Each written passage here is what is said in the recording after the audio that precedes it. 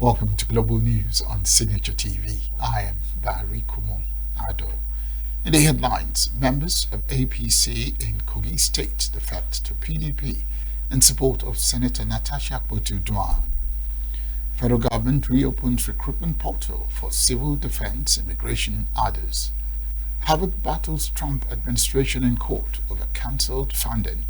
Liverpool agrees to deal for intrigued Frankfurt's Ekitike media reports. Details shortly. Every second, every minute, every day, news is breaking. Events occur and there are new developments. At Signature TV, we follow these stories objectively, bringing all sides without bias, explaining the complex issues, breaking down the numbers, and investigating the issues behind the news. Anywhere and everywhere, near or far, wherever the news is, we will be there. Signature TV. News in your pocket. Scores of members of the All Progressive Congress APC in Kogi State have defected to the People's Democratic Party PDP and show support for Senator Natasha Akpotudua. Natasha received the defectors at a Mainoke local government area of Kogi State. Defectors include former Oke local government chairman Hassan Yusuf, special advisor to the council chairman Hajer Fatu Haruna, and an APC stalwart Omuya Langban alongside their supporters. Kogi Central Senator Natasha, while addressing the defectors, stated that grassroots engagement remains a core strategy. She told the defectors they are not only building PDP in Kogi Central, but contributing to making the party a formidable force that cannot be defeated in free and fair elections across Nigeria. PDP State Chairman Enemona Anyebe described the mass defection as a powerful endorsement of Senator Natasha's leadership. The president of the League of Women Voters, Irene Awuna, has expressed concern over the absence of strong female voices in the ongoing coalition talks and political build-up ahead of the 2027 general election. Awuna, who featured on Signature TV, Signature Morning, noted that while political alliances are being formed, women in leadership appear more focused on the special seats bill currently before the National Assembly. She emphasized that although women are often the force behind the rise of many male politicians, they continue to be sidelined when it comes to decision-making and coalitions. Awuna urged women to actively engage in politics that would ensure credibility in the 2027 election, stressing the importance of increasing voter turnout.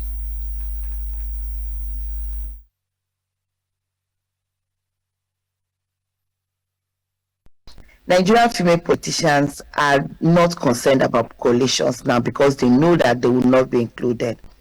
They are all concerned about ensuring that they have more women in parliament. And so everybody is concerned about the special seats bill. All energy, all attention is geared towards the special seats bill in parliament, which was sponsored by the Deputy Speaker, Right Honorable Benjamin Kalu. And this bill seeks to have one woman senator, one House of Rep member per state, and then 3 State House of Assembly members, one from each of the senatorial zones in the states. Nigerian women are the ones who put all these male leaders in leadership positions. If you look at any of the legislators or the Senate or the governors that have had very swerve time being voted in and again, they have very strong female mobilizers and strategists in their teams. So women are in the mainstream politics. We should be looking at policies that will make the 2027 credible, acceptable by Nigerians, and encouraging.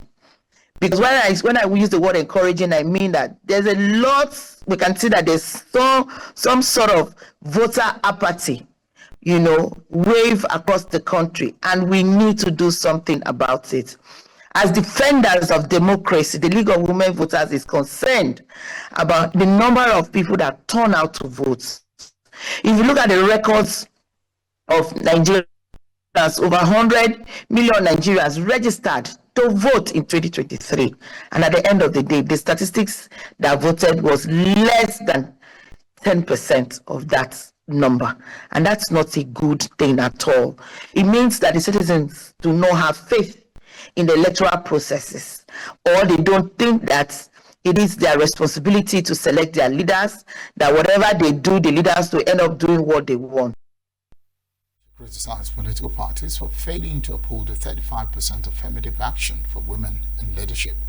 Awana noted that instead of being positioned where they can influence key decisions, women are confined to roles in the National Working Committee where they have little say when in determining candidates for governorship or legislative positions. All the political parties have their gender policies, but none that says that 35% will be given to women in leadership, but none of the political parties adhere to it. All they do is they put women at the NWC where they don't have the strength to influence who becomes the governor, House of Rep member, or senator. And the people who have that strength at the party leadership at the ward levels, at the local government levels, and at the state levels. Abia State is said to benefit from a $263.8 million integrated infrastructure project jointly funded by the African Development Bank, the Islamic Development Bank, the federal government of Nigeria, and the Abia State government.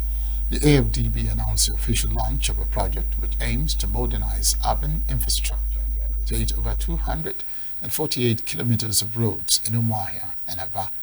It will also address erosion control, waste management, and overall urban mobility. According to the AFDB, the funding breakdown includes $115 million from the bank, $100 million from the ADB window, and $15 million from the Canada AFDB Climate Fund, while the ADB is contributing $125 million. The federal government is providing $23.8 million in counterpart funding. The project is expected to create over 3,000 temporary jobs during construction, 30% allocated to women, and about 1,000 permanent roles during operation, half of which are reserved for youth trained through the State Youth Road Maintenance Corps. The project includes social and environmental safeguards, training programs, and awareness campaigns. The Anambra State Police Command has arrested 2 suspects with their involvement in a self-orchestrated kidnap and a failed extortion attempt in the state. The 2 suspects, whose names were given as Chine Cherem Okonkwo, a 28-year-old female student of Enugu State University of Science and Technology, and Chine Cherem Aronu, aged 30 years, were said to have masterminded their own kidnapping and used an unknown voice to demand a ransom of 10 million naira from the family. This was disclosed in a press statement released on Monday by the spokesman for the Anambra State Police, Tochukwu Ikenga. Ikenga said operatives of the Rapid Response Squad, acting on an intelligence-led investigation of a disturbing report of the alleged abduction of a female student, arrested the suspects at a lodge located at Unizik Temp site, Oka. According to Ikenga, upon interrogation, the duo confessed to staging the kidnapping as a plot to extract money from the victim's family. He added that the female suspect, Mo Okoye, admitted she masterminded the plan after watching a movie and intended to give the money to her boyfriend to start a business. Some retired police officers on Monday staged a protest at the entrance gates of the National Assembly in Abuja. Protesters demanded their removal from the contributory pension scheme. The demonstrators, comprising elderly ex-police personnel, held placards and chanted solidarity songs as they stood in the rain, insisting that their welfare and dignity had been neglected for too long. Speaking during the protest, retired Chief Superintendent of Police, CSP Mani Lawal, called on the government to exit police retirees from the pension scheme, which he described as exploitative and unjust. Security operatives were seen monitoring the protest to prevent any breakdown of law and order.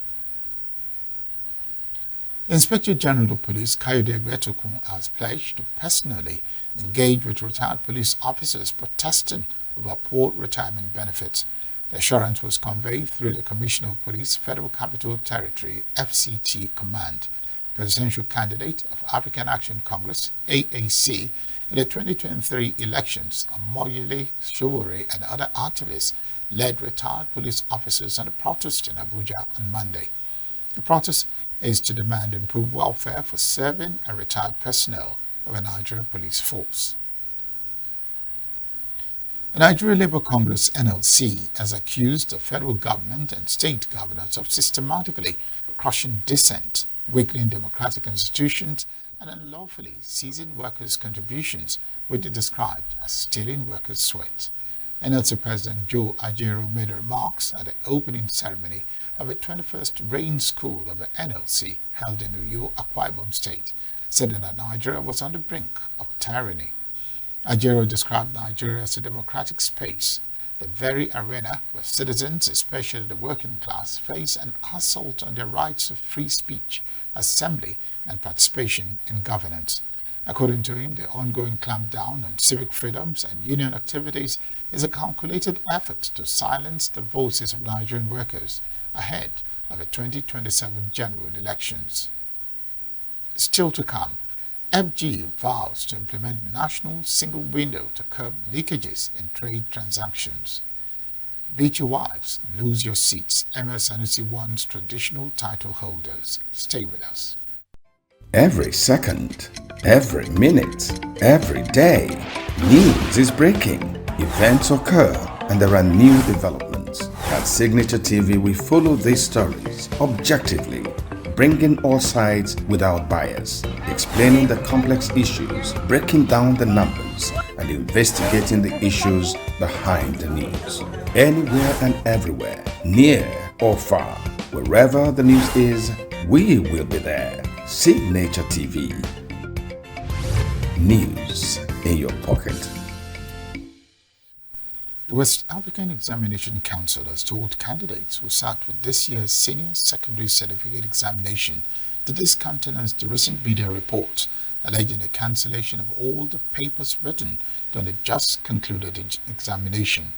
Correspondent Chinemerim Ikwe who visited the WAEC Marking Center at Girls Secondary School Okanano Enugu's report that examiners were busy marking the papers. Officials who spoke off camera said examiners are already putting finishing touches to the marking exercise, which makes the report of cancellation pure falsehood. Examination body, adding an official statement, described the purported cancellation as false, mischievous, and aimed at misleading the public. The statement explains that the marking will soon be concluded and that candidates should expect their results on or before August 4, 2025. It urged candidates, parents, and stakeholders to rely only on WAEC-verified information channels for any official information about the organization and its activities. The Civil Defense Correctional Fire and Immigration Service Board, CDCFIB, has announced that its 2025 recruitment portal will reopen on Monday, July 21, 2025, following a temporary suspension caused by overwhelming traffic on the system. The board, in a statement, urged applicants who had already started the applications before the interruption to retrieve and complete their submissions when the system comes back online. Agency explained that a pause in the application process was necessary to upgrade the portal to handle the high volume of applications. The board further reminded the public that the entire application process is free at every stage and warned applicants to beware of fraudsters posing as recruitment agents. The CDCFIB oversees recruitment into key paramilitary agencies, including the Nigerian Security and Civil Defense Corps, NSCDC, the Nigerian Correctional Service, the Fire Service, Federal Fire Service, and the Nigerian Immigration Service. The federal government has restated plans to implement the National Single Window, an initiative of the Bola Tinubu administration to plug revenue leakages, enhance trade facilitation, and improve efficiency in international trade transactions. Minister of Finance and Coordinating Minister of Economy, Wale Edun, disclosed this when he appeared before the National Assembly Joint Committee on Customs and Tariffs on Monday. Further stated that the government remained committed to addressing distortions in the economy following the removal of fuel subsidies and adoption of a market-determined foreign exchange system. The minister noted that price equalization remained the only viable approach to policy marketing dynamics and ensuring fair competition. Speaking on trade settlements, the minister acknowledged ongoing challenges in Nigeria's trade payment system, particularly informal transactions. The finance minister raised concerns about youth-led digital payments that escape the scrutiny of financial regulators, underscoring the need to bring such transactions into the formal financial system. The 2023 vice presidential candidate of the Labour Party LP, Dati Baba Ahmed, was present at a National Executive Council meeting of the Julius Abure faction of the party on Monday. The Labour Party has been embroiled in an internal crisis which has divided the party into two factions, with Abure leading one faction while Nenadi Usman leads the other faction. Most elected lawmakers on the platform of the party, Abia State Governor Alex Oti, party's 2023 flag bearer Peter Obi, and Dati himself have always identified with the Usman-led faction. However, speaking at the next meeting convened by the Abure faction held in Abuja, Baba Ahmed said he attended as a peacemaker. He acknowledged attending meetings of the opposition coalition against the ruling party, but said that he remained a Labour Party member. The NEC in session commended Baba Ahmed for identifying with the Abure-led leadership.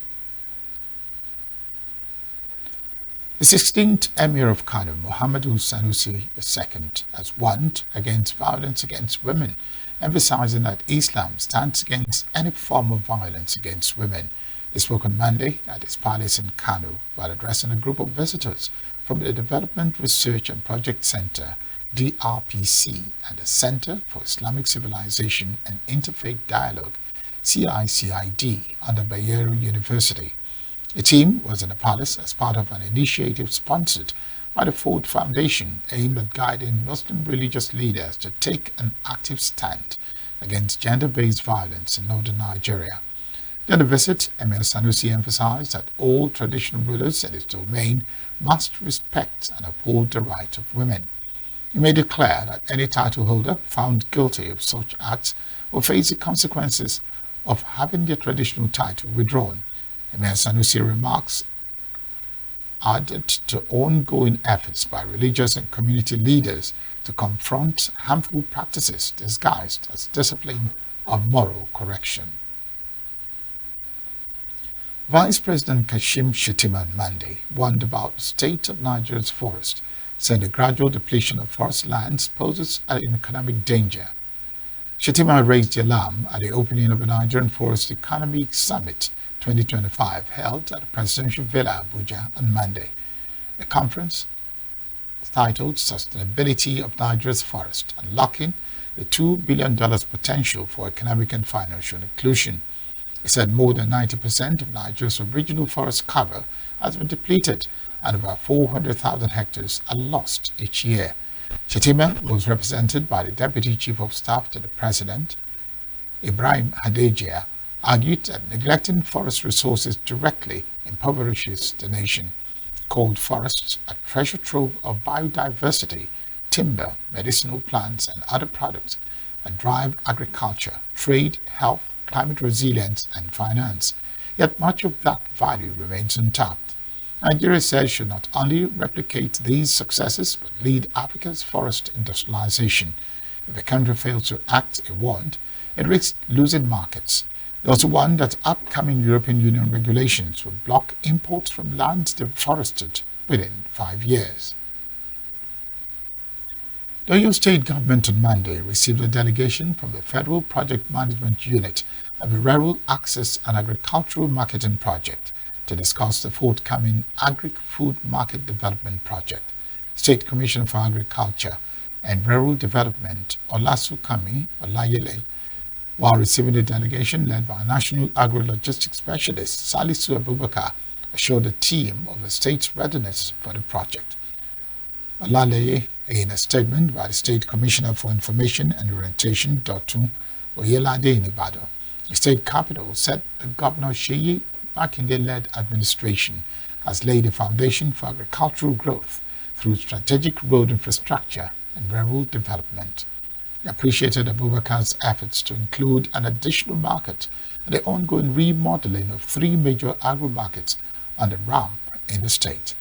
Earlier, the National Agro-Logistics Specialist, Abubakar, hinted that the purpose of the visit was to assess the state's readiness for the project and also to encourage a formal expression of interest for the new initiative. He said the project, funded by the African Development Agency in partnership with the federal government through the Federal Ministry of Agriculture and Food Security, is designed to reduce post-harvest losses, improve market access for farmers, and strengthen food security in participating states. Present at the meeting were the State Commissioner for Lands, Housing and Urban Development, Williams Akinfumilayo, the State Permanent Secretary of Agribusiness Development Agency, Kola Badmus, Permanent Secretary, Minister of Budget and Economic Planning, Tunde Anyaleke, and the State Project Coordinator, Oyo Ramp, Adeola Ekundayo, among others. Up ahead, Ecuador hails gang leader Fito extradition to U.S. as major blow to organized crime. I have no words, says Bangladesh leader Yunus on deadly Air Force jet crash. These and more after the break. Every second, every minute, every day, news is breaking. Events occur and there are new developments. At Signature TV, we follow these stories objectively, bringing all sides without bias, explaining the complex issues, breaking down the numbers, and investigating the issues behind the news. Anywhere and everywhere, near or far, wherever the news is, we will be there. Signature TV. News in your pocket. Harvard University had a federal judge on Monday to order U.S. President Donald Trump's administration to restore about $2.5 billion in cancelled federal grants and cease efforts to cut off research funding to the prestigious Ivy League school. But a lawyer for Trump administration told the judge the cancelled grants reflect a government priority not to send money to institutions that practice anti-Semitism. A senior lawyer at the U.S. Justice Department, Michael Welchek, said Harvard prioritized campus protesters over cancer research. He told the judge he shouldn't be hearing the case in the first place, arguing the matter belonged to the U.S. Court of Federal Claims, which handles monetary disputes. The court hearing before U.S. District Judge Alison Burroughs in Boston marks a moment in the White House escalating conflict with Harvard, which has been in the administration's crosshairs after it rejected a list of demands to make changes to its governance, hiring and admissions practices in April. Trump, in a Truth Social post, called Burroughs and accused Harvard of being anti-America. The Cambridge, Massachusetts-based university says hundreds of research projects, including ones concerning cancer treatments, infectious diseases and Parkinson's disease, will be in jeopardy unless the judge declares the grant cancellations unlawful. Among the earliest actions the administration took against Harvard was the cancellation of hundreds of grants awarded to researchers on the grounds that the school failed to do enough to address harassment of Jewish students on its campus. The Trump administration has since sought to bar international students from attending the school, threatened Harvard's accreditation status, and opened the door to cutting off more funds by finding it violated federal civil rights law. Burroughs says she had problems with the government's argument that it has the ability to terminate Harvard's federal funding grants for any policy reasons. The next set of peace talks between Ukraine and Russia, the first meeting in 7 weeks, is planned for Wednesday in Turkey. Ukrainian President Volodymyr Zelensky, quoted ahead of Ukraine's National Security and Defense Council, as saying on Monday. Zelensky's statement followed his fresh appeal earlier in the day for greater momentum in negotiations. The Kremlin said it was waiting for an understanding on the date of the talks, but acknowledged that the two sides were diametrically opposed in their positions on how to end the war. It is important that future talks, once the dates are agreed, are concrete, that the other side has the mandate to discuss the most important issues such as ending the war, achieving ceasefire. So far we have not noted this, therefore in order to be able to discuss such strategic issues, one of the proposals is to hold a meeting at the level of Ukrainian President Volodymyr Zelensky and Russian President Vladimir Putin, with the participation of this would be very beneficial of US President Donald Trump, European leaders, Turkish President Tayyip Erdogan. Russia's maximalist demands are well known. They have been known for 10 years, since the same maximalist demands are made every time. They are unacceptable. Discussions must begin, but on a basis that respects the interests of both parties, because diplomacy is not about submission and diplomacy. It begins with meetings at the level of heads of state and government. This is what Volodymyr Zelensky has repeatedly called for. And it starts with a ceasefire, because, as the President of the United States so aptly put it, you cannot negotiate peacefully under bombs. I have asked my teams to resume work so that we can build an even more massive sanctions package, if Vladimir Putin does not agree to a ceasefire that will allow for proper negotiations to take place. In light of these historic decisions by the European Union on sanctions package against Russia, everyone must understand that when its security interests are threatened, the European Union reacts, and with a GDP, as you pointed out, Andriy, with wealth 10 times that of Russia, everyone must realize that the European Union will not let itself be pushed around. Ukrainian Foreign Minister Andriy Sybiha said they had not noted that the order side has the mandate to discuss the most important issues such as ending the war, achieving ceasefire, speaking alongside his French counterpart Jean-Noël Barrot in Kiev. Sybiha said it would be very beneficial if US President Donald Trump participated in the talks ideally held between the leaders of Ukraine and Russia, Volodymyr Zelensky and Vladimir Putin, along with European leaders and Turkish President Tayyip Erdogan.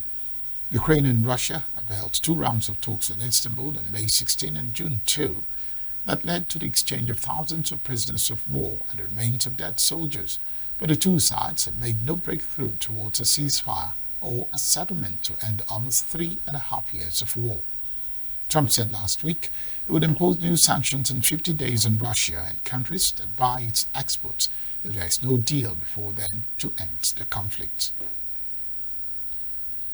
Ecuador's government celebrated on Monday the extradition of notorious gang leader Adolfo Fito Macias Villamar to the United States on Sunday, calling it a significant victory in the fight against organized crime.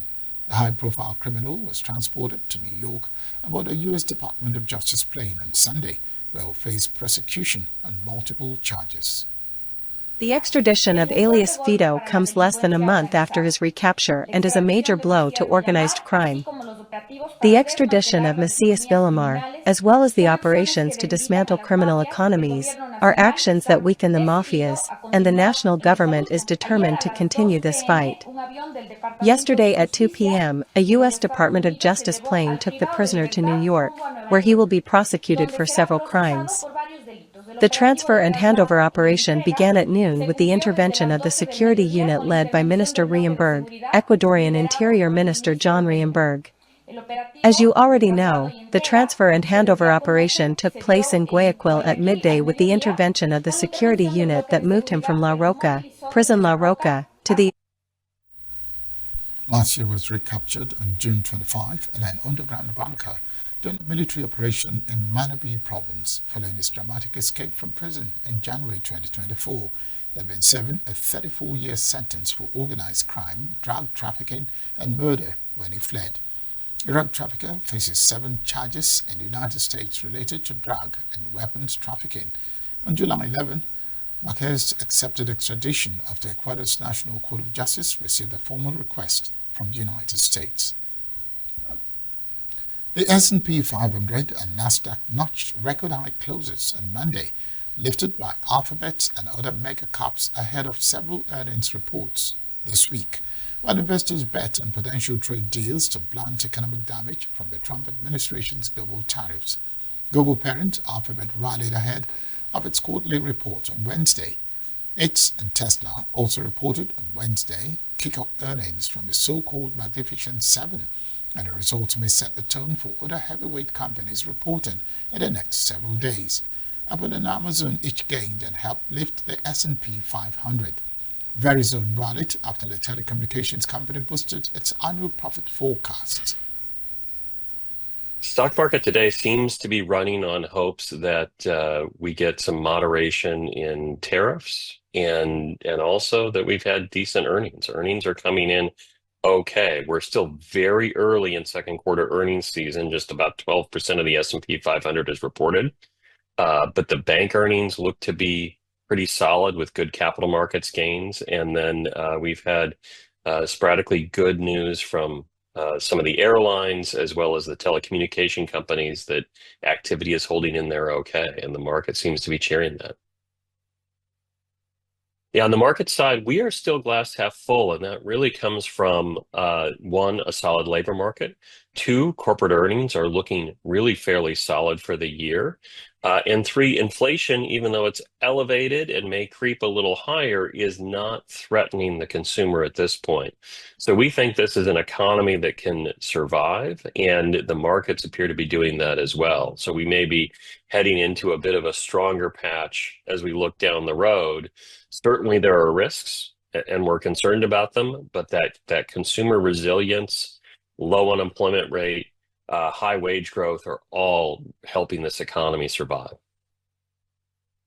Average expected S&P 500 companies to report a 6.7% increase in earnings for the second quarter, with big tech driving much of that gain, according to LSEB.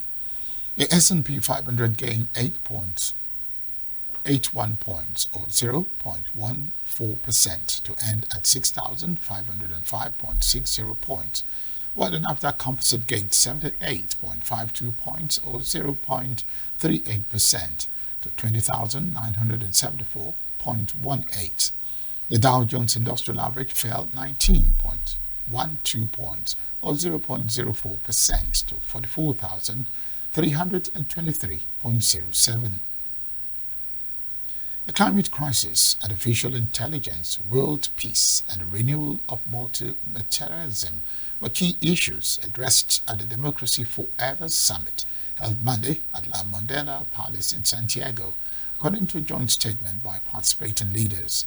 Brazilian President Luiz Inácio Lula da Silva, Uruguay's Samandro Ossi, Colombian President Gustavo Petro, and Spanish Prime Minister Pedro Sanchez joined Chilean President Gabriel Boric for the high-level gathering.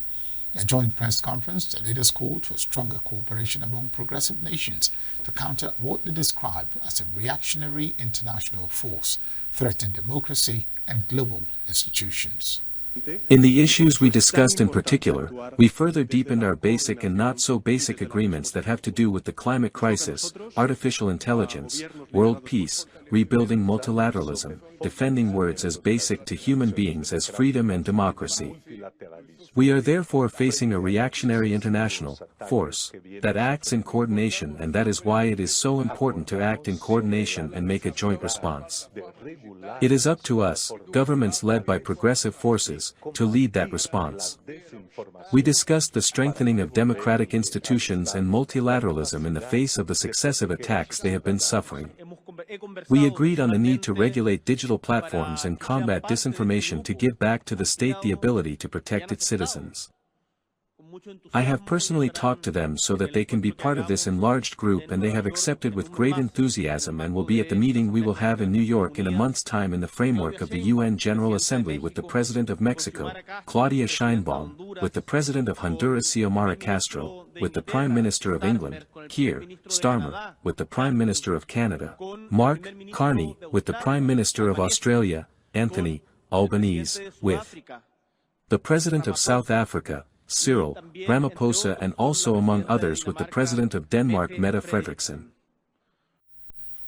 President Boric said an initiative which will reconvene in September during the United Nations General Assembly, and Mexico's President Claudia Sheinbaum, Honduras, Xiomara Castro, and UK Prime Minister Keir Starmer among those expected to participate.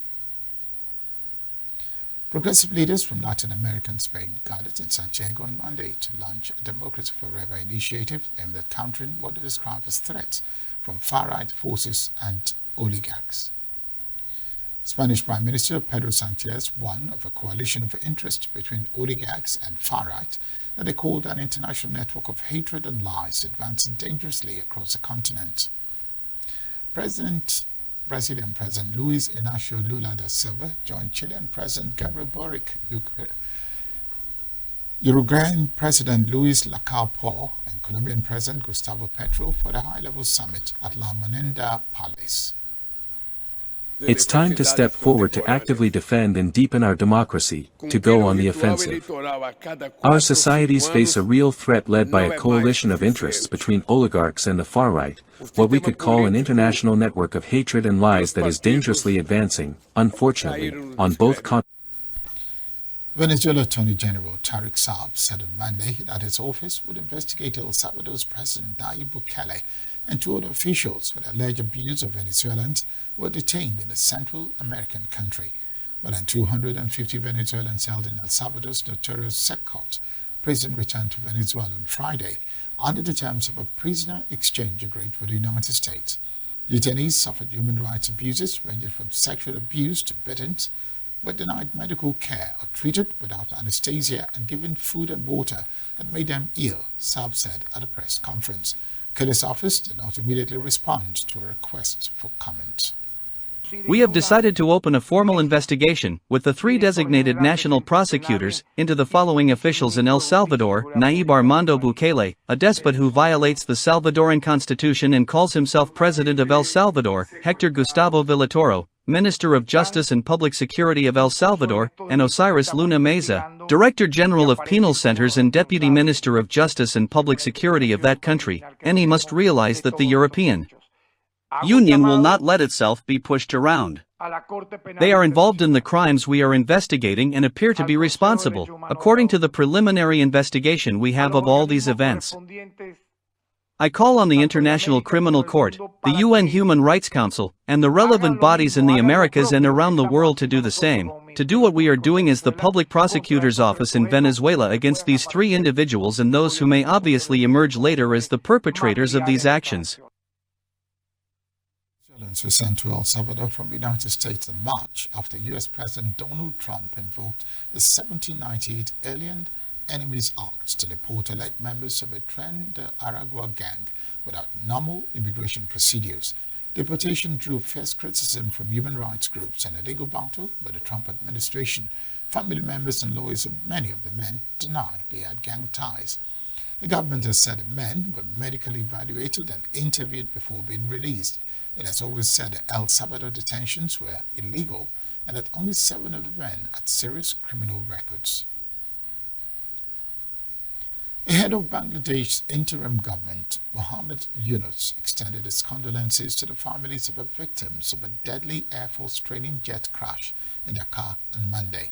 At least 19 people were killed and 164 injured as a Bangladesh Air Force training jet crashed into a college and school campus after experiencing a technical problem shortly after takeoff, a military spokesperson said. The F-7 BGI jet took off at 1:06 p.m. from a Bangladesh Air Force base in Komitola, Dhaka, as part of a routine training mission but encountered a mechanical failure, said a spokesperson, Lieutenant Colonel Sami Ud Dawa Shogri. I have no words. I don't know how to begin. None of us ever imagined it. It wasn't within anyone's expectations. But we had to suddenly accept this unbelievable reality. The training aircraft crashed and fell upon these innocent children. They were burned to death in the fire. What answer can we give to their parents? What can we possibly say to them? We can't even answer ourselves. We extend our deepest sympathies to the parents, families, and loved ones. Every child in Bangladesh is your child. Please try to find comfort among yourselves. We are all trying to comfort one another. What a tremendous tragedy this is. We are with you. The entire nation stands with you. Videos of the aftermath of the crash showed a big fire near a lawn, emitting a thick plume of smoke into the sky as crowds watched from a distance. Firefighters sprayed water on the mangled remains of a plane, which appeared to have rammed into the side of a building, damaging iron grills and creating a gaping hole in the structure. Footage filmed by Reuters showed. The incident comes a little over a month after an Air India plane crashed on top of a medical college hostel in neighboring India's Ahmedabad city, killing 241 of the 242 people on board and 19 on the ground, marking the world's worst aviation disaster in a decade. 5 aviation unions held a demonstration in the Aeropark George Newberry Airport in Buenos Aires on Monday to express their rejection of regulatory changes, delays in wage negotiations, and privatization threats of public companies. Participants held banners and banged drums as they expressed their discontent regarding accumulated wage arrears of up to 60% for cabin crew, layoffs, and President Javier Milei's open skies policy, announcing that it implies lack of controls and loss of security in Argentine airspace.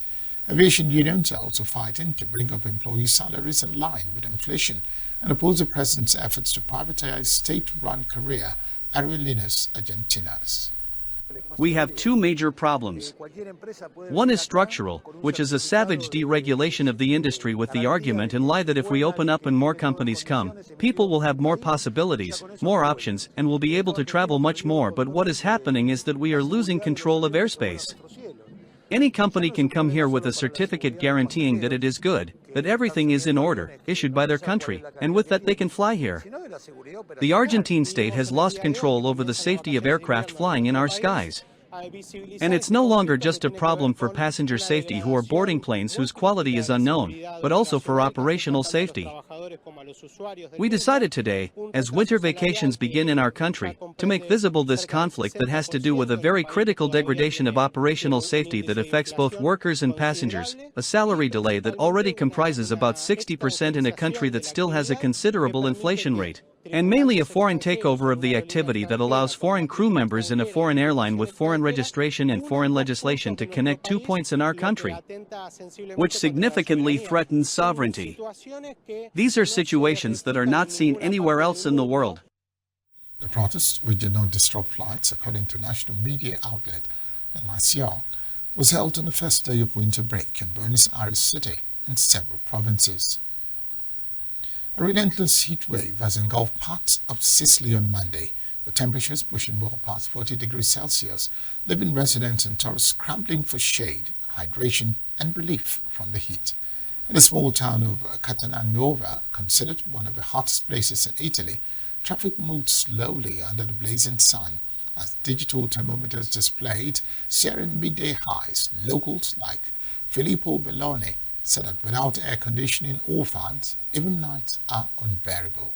On the eastern side of the island, in the bustling streets of Catania, tourists were seen crowding around public fountains and seeking shade under umbrellas. The extreme temperatures, part of a broader heat wave sweeping southern Europe, have triggered red weather alerts across several Italian regions. Authorities have urged people to remain indoors during peak hours and to check on the elderly and vulnerable. You have to drink a lot, you have to stay hydrated, otherwise bad. You have to drink a lot, you have to stay hydrated, otherwise bad. President Jair Bolsonaro publicly displayed his court-ordered ankle monitor on Monday after Brazil's Supreme Federal Tribunal imposed new restrictions on the far-right leader amid ongoing criminal proceedings. Brazil's Supreme Court issued search warrants and restraining orders against Bolsonaro on Friday, banning him from contacting foreign officials over allegations it quoted the interference of U.S. President Donald Trump. Agents arrived at his residence to fit an electronic ankle bracelet after the court detected an increased rights risk. Bolsonaro showed the monitoring device to media while speaking to reporters after meeting with lawmakers from the Liberal Party at the National Congress in Brasilia. The ultra-conservative leader is currently facing judicial proceedings for allegedly leading a coup attempt against President Luiz Inácio Lula da Silva. The case, which could see a verdict as early as September, carries potential prison sentences exceeding 40 years.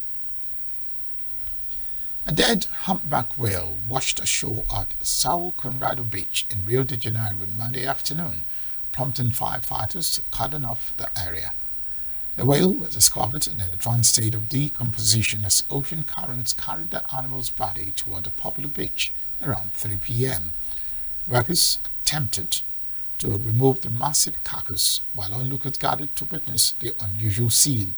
The incident occurred during the typical migration season when humpback whales commonly travel along Rio de Janeiro's coastline.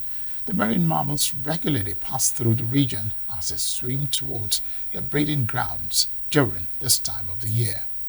This animal is a cetacean, a humpback whale. It's the humpback whale migration season, which occurs from mid-May to October approximately, and a juvenile male was stranded here, already dead. As many animals appear during this migration, it is common to find some dead ones. It is common for some of them to be stranded dead or die at sea. It's a very decomposed animal, in an advanced stage of decomposition. We even tried to open it up a bit and found that the internal organs are completely decomposed. Their appearance doesn't allow for accurate analysis, so we can't estimate, we can't identify the cause of death. Liverpool have agreed a £106.5 million deal for Enrique Frankfurt forward Hugo Ekitike, according to British media reports on Monday. Fellow English Premier League side Newcastle United were also rumoured to be interested in the 23-year-old. French forward, who joined Frankfurt from Paris Saint-Germain last year, scored 22 goals in 48 appearances for the German side across all competitions last season.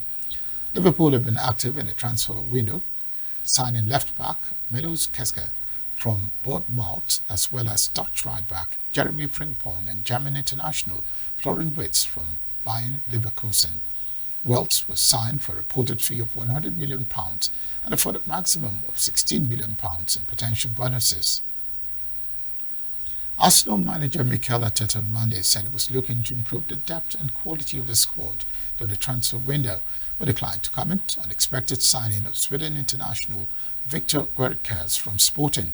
Speaking at a news conference in Singapore ahead of a friendly clash against Italian giants AC Milan on Wednesday, Arteta said he cannot comment on any player that is not part of the group yet.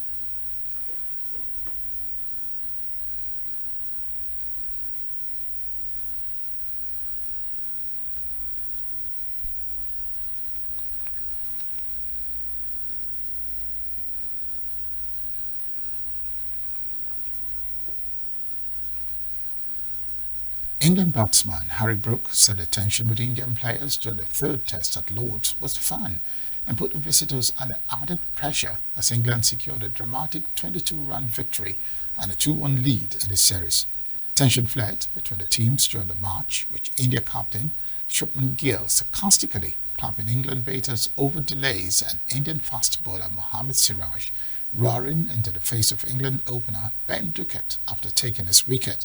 Brooks said England decided to respond in kind after the visitors' heated verbal exchanges with Duckett and Zach Crawley when England faced a single over from Jared Broma at the end of the day. We saw them guys going at creeps and ducky, so we had a little chat and we thought we're a team, so we may as well combine each other, get together and go back at them. Is it good for the game? Is it good for the drama? I've had a lot of compliments. Everybody said that it was awesome to watch, and it looked like there was 11 versus 2 out there when we were fielding, and it was good fun. I have to admit, it was good fun. It was tiring, but it was good. It made fielding a lot more enjoyable. Yeah, I think so. I think it put them under a little bit more pressure. Obviously, chasing a tough, low score, but on a tough pitch. It might have given them that little bit of added pressure, and thankfully they ended up crumbling and we won the game. India is such a good side that they can bounce back at any stage. We saw that after beating them at Headingley, they've bounced back and had an excellent performance at Edgbaston. So we've got to go out there, try and do our thing, and hopefully it's better than theirs. Every game that we've played so far has gone into the last hour of the game, which you do not see very often. I've had a lot of people come up to me saying it's been an amazing series, thank you, and everybody said that the Lord's game was one of the best games that they've watched. So it's been an amazing series, and looking forward to the rest of it.